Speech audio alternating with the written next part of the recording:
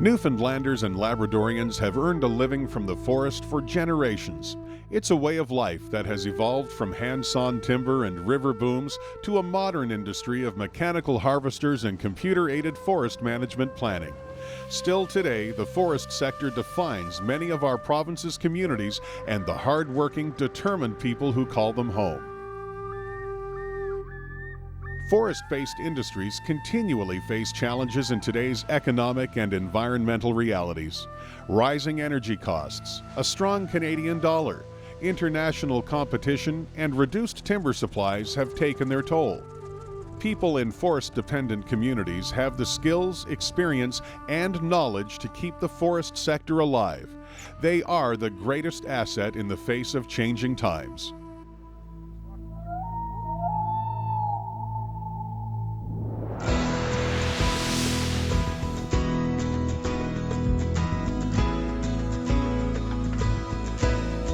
The Model Forest of Newfoundland and Labrador is a partnership of such people.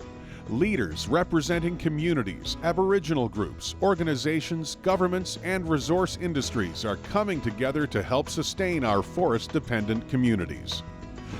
Our partners share a common vision: strong, sustainable communities equipped and empowered to sustain the forest sector into the future. The Model Forest of Newfoundland and Labrador represents this province in the federal government's Forest Communities program. This program was created to help communities across Canada develop and adapt innovative tools and strategies to ensure a healthy, changing forest sector.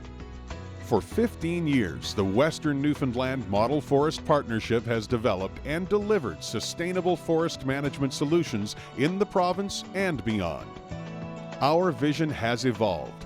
Our new direction has led us to the people and communities most affected by forest management decisions. We see community ownership and accountability in the forest sector. We see people rising to economic challenges and creating healthy local economies. This is a partnership intent on change. We invite you to join us. Be a part of the Model Forest of Newfoundland and Labrador. Communities that have been historically dependent on the forest have relied on it more or less from the point of view of people in the community working in the forest industry, jobs, pay, take home, that kind of thing. I think what the new program will do is build capacity in communities for people to look beyond the historical importance of the forest, to make them think about the forest in other ways that they may not have thought of. Rather than just people cutting wood, they may look at other added value products. They may look at, is tourism a thing that our community can develop around the forest? But I think now that communities that are involved with the Model Forest program are going to see direct programs and benefits as a result of the Model Forest program this time around. Communities they were dependent for a long time on a single industry. That's what the whole community evolved around and revolved around.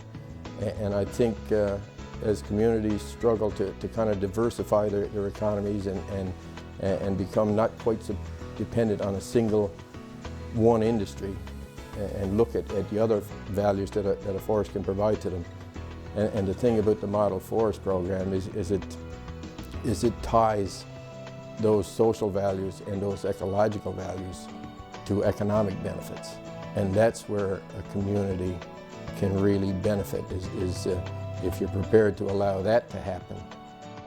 I think the new Model Forest Communities program will help the communities that are historically dependent on the forest resource to expand their horizons, allow them to continue to work in the forest and protect the forest, maintain the integrity of the ecosystems we work in, but at the same time realize the economic benefits that we all need to survive.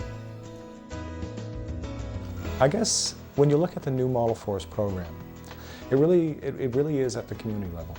And there's lots of organizations out there that are familiar with community economic development, but are not familiar with community economic development of our natural resources. And that's a really key tie-in of the new program.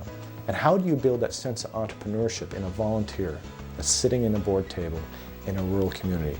that feels that they have a hopeless situation because their sons and daughters are gone, and anyone else that's a part of their workforce within their local community is gone.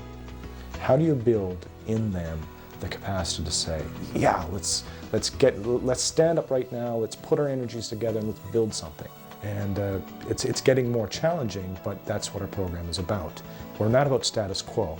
We're about taking on challenges. And believe me, the new program is based on challenges.